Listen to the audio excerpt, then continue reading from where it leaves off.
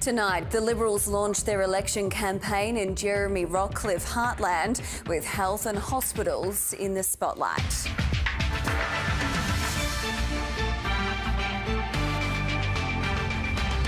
Also tonight, Labor retains the federal seat of Dunkley, but Liberal Party support grows. Sydney Mardi Gras turns to protest, sparking arrests. And fruit pickers in northern Tasmania kick their worries away with a friendly game of soccer. Good evening and welcome to ABC News Sunday. I'm Liz Gwynn. Health is shaping up to be a key battleground this election, with both major parties unveiling plans to reform the system. Labor unveiled plans to hire more staff, while the Liberal Party says it will be effectively banning ambulance ramping. Premier Jeremy Rockcliffe revealed the policy at the Liberal campaign launch held on his family farm in Sassafras. From the paddock to the podium, Liberal leader Jeremy Rockcliffe arrived to his campaign launch in style. The Premier, who called an election to try and reclaim majority government, reminding party faithful that outcome is far from guaranteed. We are in a strong position, but we're not over the line. There's still a way to go for us to be able to restore to Tasmanians the stability and the certainty that a majority government delivers. Health policy was front of mind, including a plan to establish a team of 10 rapid response general practitioners that can be deployed to local practices when they're needed. Perhaps more ambitious was a pledge to ban ambulance ramping. Just last month, we announced a new protocol mandating a maximum 60-minute window for all patients arriving by ambulance to be transferred to the care of emergency department staff. Well, today we're going further. We're going to reduce this 60-minute window to just 30 minutes, which effectively means we're going to be banning ramping. While he addressed Liberal loyalists, Jeremy Rockcliffe's pitch was to undecided voters, those who might not normally vote Liberal. Much of his speech addressed cost of living challenges, with some policies not too different from what you might see from Labor. But a ramping ban is not an idea they share. We need to have a comprehensive health policy that resolves this. We can't just say ban ramping and the issue will be gone. That's not how it works. Labor has its own plans to reform the health sector. They're fighting for federal money to upgrade the state's hospitals and pledging an additional $44 million to recruit and retain more staff. Making casual and fixed-term employees permanent, which will see those 500 workers who are currently on short-term contracts or in casual, insecure work provided with security finally. With less than 3 weeks to go now, both parties are fielding their ideas for Tasmania's future, some more literally than others. Lucy MacDonald, ABC News. In emergency-level bushfires burning in a remote part of the northwest of the state tonight, with firefighters hoping to have it contained overnight. The fire has already burnt through 60 hectares of land near Crayfish Creek and Amaroo Drive. Strong winds escalated the fire, which started at Port Latter last Tuesday after a traffic crash. Those staying at a caravan park at Crayfish Creek have been moved away, and an evacuation centre has been set up at Rocky Cape Community Hall. 70 firefighters are battling the blaze, which is travelling north into the coastline. Aircraft were initially dispatched to this fire, but due to the strong wind gusts and wind shear, they're unable to stay airborne and they've all been grounded and won't be back onto that fire this evening. Like a bomb had gone off. It was just a big brown and black plume, like it had hit the bush, I guess, fresh bush, and it was pretty nasty. We knew it was violent and the winds didn't help. The federal opposition insists it's well placed to win outer suburban seats from Labor at the next election, despite falling short in the Dunkley by-election yesterday. Labor retained the seat, which is centred around Frankston, south of Melbourne, with local community worker Jody Bellier finishing clear of the Liberal candidate Nathan Conroy, even though there was a 3.6% swing away from the government. And while cost of living was the central issue in the campaign, it wasn't enough to change the way people voted. From Frankston mum to federal MP, Jody Bellier is the latest addition to Anthony Albanese's team. Jody! Jody! I spoke to him a short time ago and I am now officially the second most important Jody in Albo. The primary vote, maintained in the way that Jody has done it, is just an extraordinary achievement. Local mayor and Liberal candidate Nathan Conroy narrowed the gap, but not by nearly enough. In the next election, we are coming for Albanese and his government. And chose to focus on the brighter side of the by-election battle. Just before I came up on the stage, my wife whispered in my ear that we are having our second child. The party picked up votes from One Nation and the United Australia Party, which didn't stand candidates. The people of Dunkley have sent Anthony Albanese a really strong message. And it's not happy birthday. Outer suburban seats, like here in Dunkley, are the ones the coalition need to win to find a path to victory at the next election. Opposition leader Peter Dutton wanted to make this by-election a referendum on the cost of living. But with Labor's primary vote slightly up, it's being seen as vindication for its stage 3 tax cuts. I did it. Well done. Thank you. With Dunkley safely back in Labor hands, the Prime Minister's focus remains on the one issue that dominated the campaign. And on cost of living, we'll continue to look for what measures we can put in place to take pressure off cost of living without putting pressure on inflation. The Liberal Party loss will trigger some self-reflection about its policy agenda. Do you need now to start releasing more policy alternatives? Of course, and that's what we will do. The by-election was held after the death of former MP Peter Murphy from cancer last year. Embracing Ms Murphy's husband Rod Glover, Jody Bellier has vowed to build on her legacy and fight for her electorate in Canberra.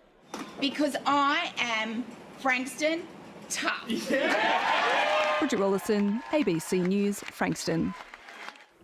Labor retaining the seat means there's no change on the electoral map, but the result could offer insight into how the next federal election might play out. With analysis, here's the ABC's national political lead, David Spears. Liberals insist they're happy. The official line is this was a very good result. And it's true, this result, in line with the average by-election swing, was better than the party's done for some time in Victoria. But the reality is the Liberals lost again, despite this being a by-election, when voters often give governments a kick in the shins. And despite the cost of living crisis, which is biting hard in a seat like Dunkley, not enough voters there were willing to sheet home blame to the government for the hip pocket pain they're feeling. There's already talk within Liberal ranks about the need for Peter Dutton to do more than just attack and start producing some alternative policy solutions. And some of his colleagues want a greater focus on winning back inner metro Teal seats rather than just focusing on the outer suburbs. For Labor, holding up their primary vote was an achievement. The rejigged tax cuts worked, but they won't be remembered forever. We're likely to see more cost of living help in the May budget and no doubt in the lead up to the next general election, which could be just over a year away. By then, the Prime Minister will be hoping interest rates have started to fall and voters give him credit for the economy turning the corner. It's been revealed the former politician accused of helping an international spy ring was recruited while serving as a member of an Australian parliament. The boss of Australia's domestic intelligence agency, ASIO, revealed last week a foreign spy group cultivated the now former politician. However, Mike Burgess didn't provide details about their age, gender or political affiliation. He says although the person is no longer a politician, they were recruited while in office and it occurred before 2018. I won't comment on which parliament it was. What I will say is foreign interference against the political system happens at all levels of government, local, state and federal, and applies itself equally across all political parties. Israel has reportedly endorsed the framework for a 6-week ceasefire in Gaza that could see fighting paused and hostages released. US officials say mediators are now waiting on a response from Hamas.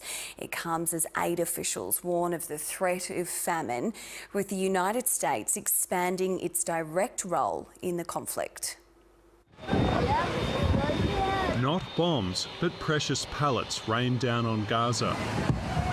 The life-saving cargo coming from US and Jordanian Air Force cargo planes, dropping 38,000 ready-to-eat meals for the hungry thousands. The aid drops mark an expansion of America's direct role responding to the crisis here. The US and other nations confirming this drop will be one of many to come.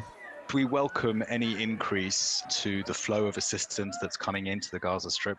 At the same time, airdrops are really only ever used as an absolute last resort.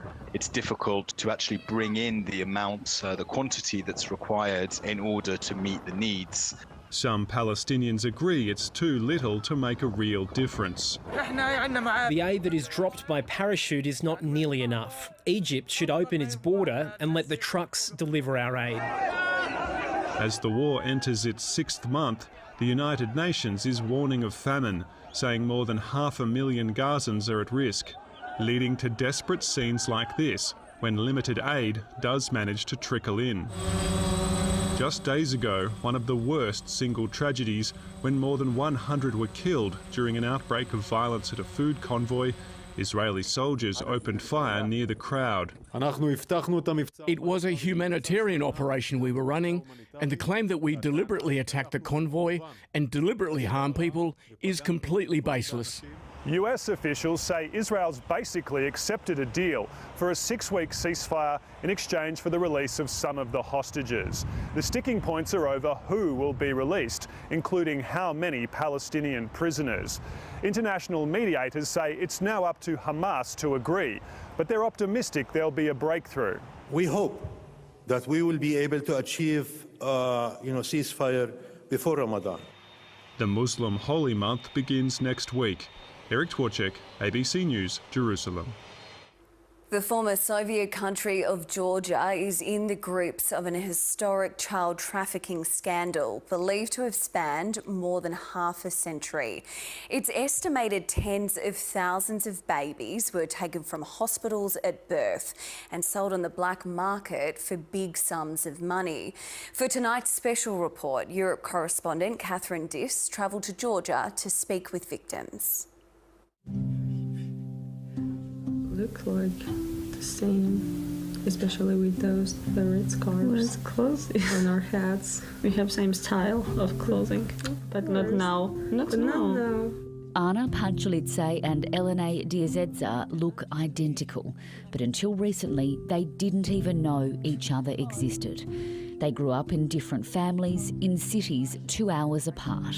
The first emotion was that we were looking in the mirror. Yeah. After connecting on social media, they both confronted their parents, who confirmed they were adopted. They believe they're twin sisters who were separated at birth. We're the same weight, same height, we have the same eye shape, and I don't know, we look like each other so much. Also, before Anna made the plastic surgery on her nose, I was like that. Yeah, she was exactly like me. That's why we think we're the sisters, especially twins. They then found a Facebook page that was reuniting adopted children with their biological parents.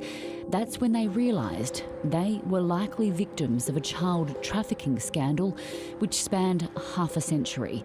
We found out that it was systemic, and we found out that there are more than 100,000 children stolen in Georgia's hospitals.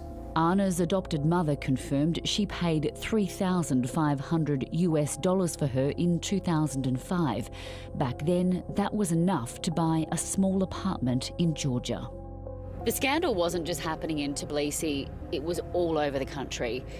We're heading 2 hours east of the capital now to meet a mother who was told that her twin boys died.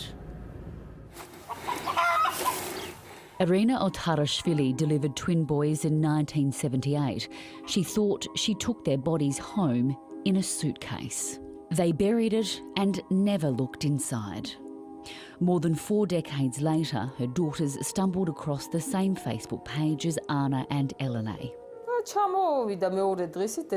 We dug up the grave and there was absolutely nothing in it except these tiny sticks.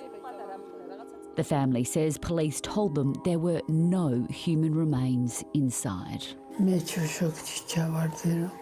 I was shocked. They stole my children from me. I could not even imagine a doctor could steal a child and sell it and tell the mother the child has died. I want to find my children because I don't want them to think they were abandoned by their mother. I don't.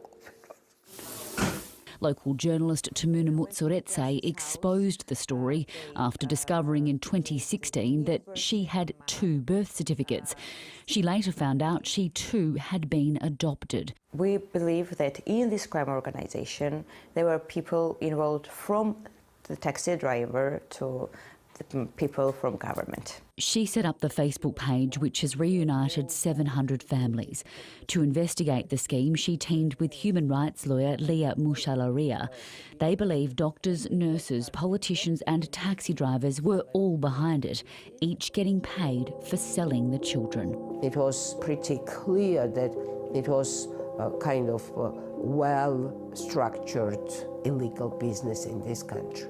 Leah is bringing civil cases to Georgian courts to try and change laws to make it easier for adopted children to find their biological parents. The Georgian government didn't respond to the ABC's questions. I don't know what you think. Anna and Elena want to find their biological parents. We want to know who are we? Who are our parents? Are we like our mother or father?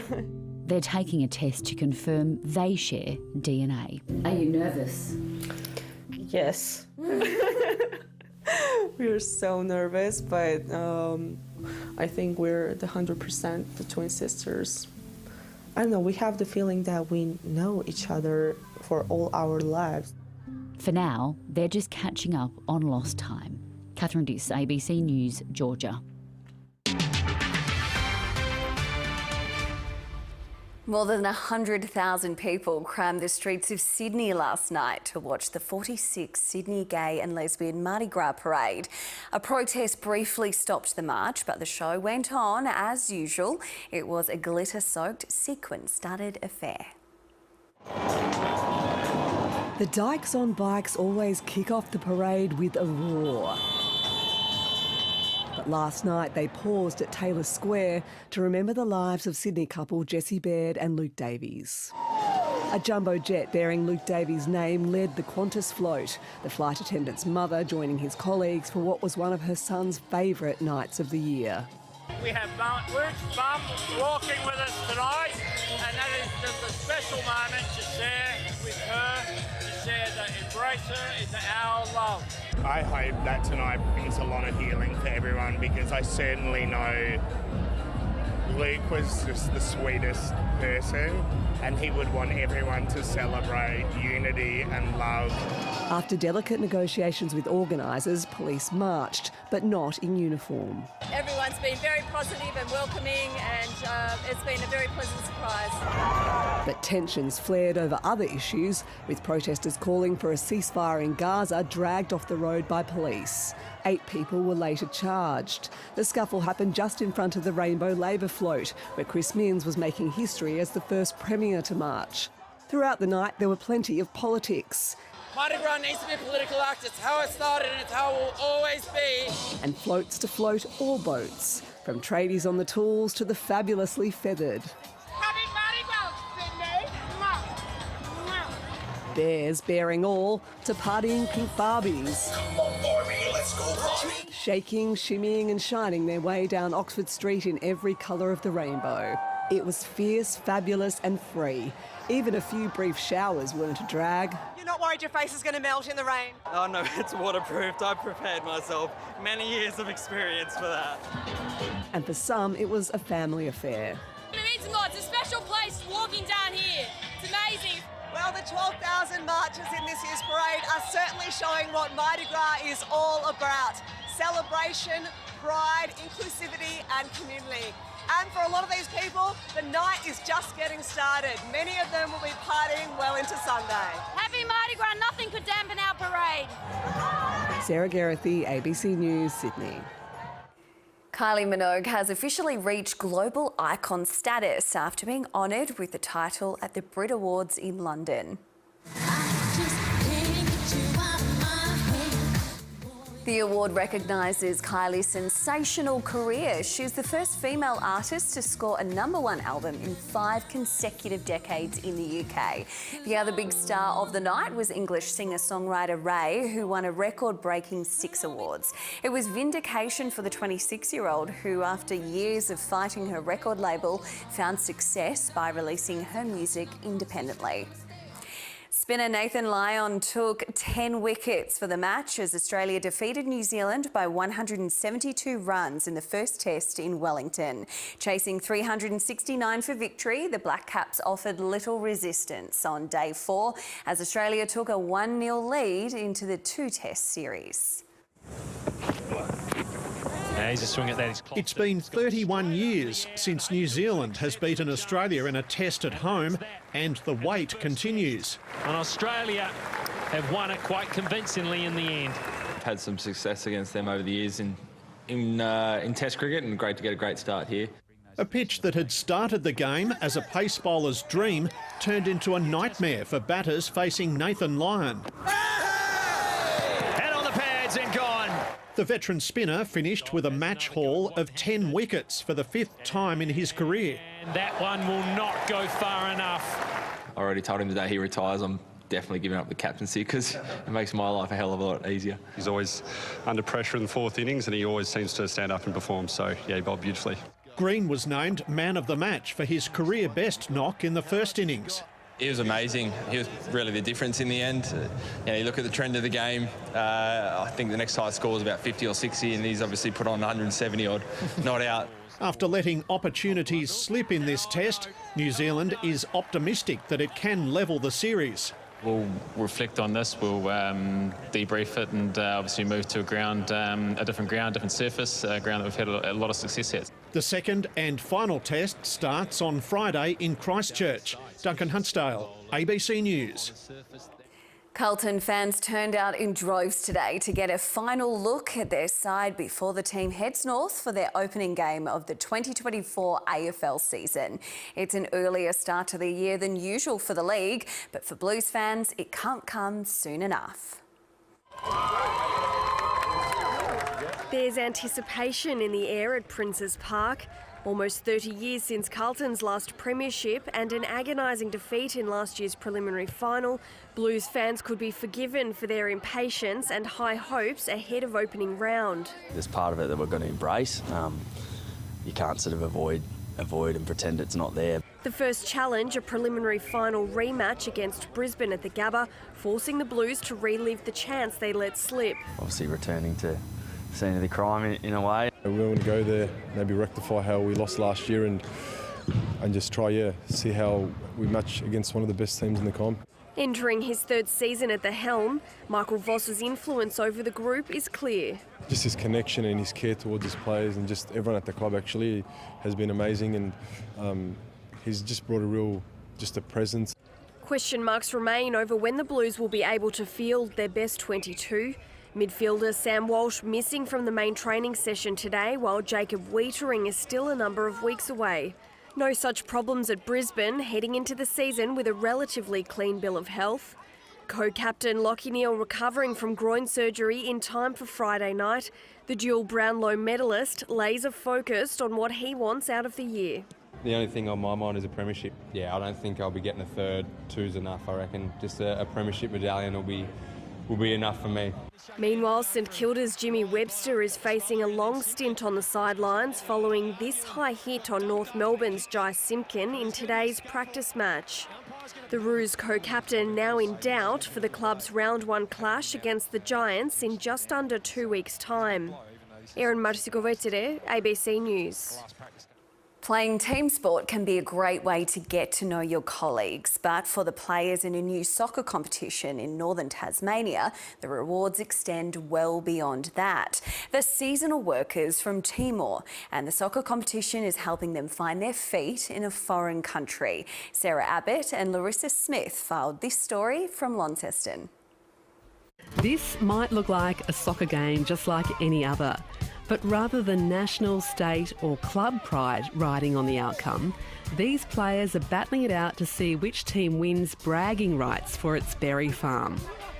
This is an initiative essentially developed by the Timorese themselves within the community amongst all the different berry farms around the northern part of Tasmania. So we found out last year they were organising games amongst themselves, and then we've all gone and got them tops for what I'm wearing here now, so the guys can feel really part of the team.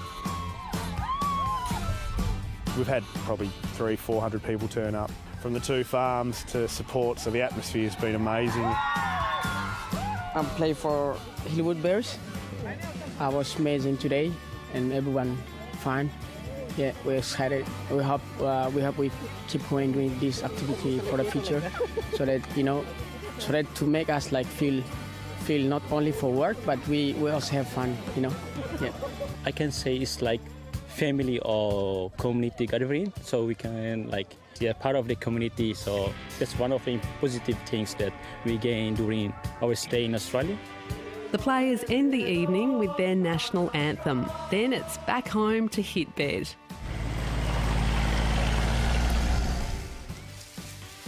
After their win, the soccer players are back in the berry tunnels to pick fruit. And farm managers like Gemma McKinnon know the value of happy pickers. They're such a joy. They're so fun to be around, and they're fast. They're really efficient at picking. So we've got guys that have been for 5, 6, 7 years, and they're just guns. The soccer competition brings such joy. We love having that competition between, Hillwood berries and Mountford berries or Tas berries. Everyone knows that when you picking, it's more hard on the picking and you are getting so tired. But soccer is everything for me, so that's why when I'm going to the ground and I play it, I feel everything is fine. For this morning's picking, that's a wrap. So it's time for lunch and then a quick dance before it's back to the berries to daydream of sweet moments on the soccer field. To the weather now, and Stella Travers sent in this photo at Mount Murchison on Tasmania's west coast. Well, it was incredibly windy across most of the state today. Wind gusts of 95 kilometres an hour were recorded in Hobart this morning. Gusts were even stronger in elevated areas. There were showers, as you can see, on the west coast, southern Tasmania and also Bass Strait Islands. 3 millimetres falling in Strawn. It was fine elsewhere.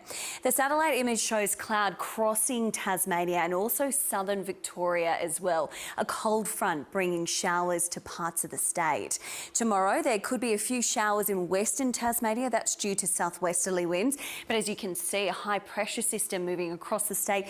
That should bring dry and settled conditions elsewhere. Across the country tomorrow, partly cloudy, 24 degrees in Canberra. Showers a top of 30 in Brisbane, storms and 33 in Broome. Back home, it will be fine tomorrow, apart from showers about the west and south, mainly in the morning. Possible morning frost inland, a top of 17 in Burnie. Cloudy but dry on the west coast tomorrow, a top of 19 in Strawn. Sunny and 22 in Launceston, 19 in Devonport. Partly cloudy across the east coast tomorrow, temperatures reaching a top of 19 in St Helens, 20 in Campbelltown. Clouds clearing in southern Tasmania tomorrow, a top of 19 in Hobart, 20 in Huonville and Brighton. Sunrise will be at 6:53 a.m.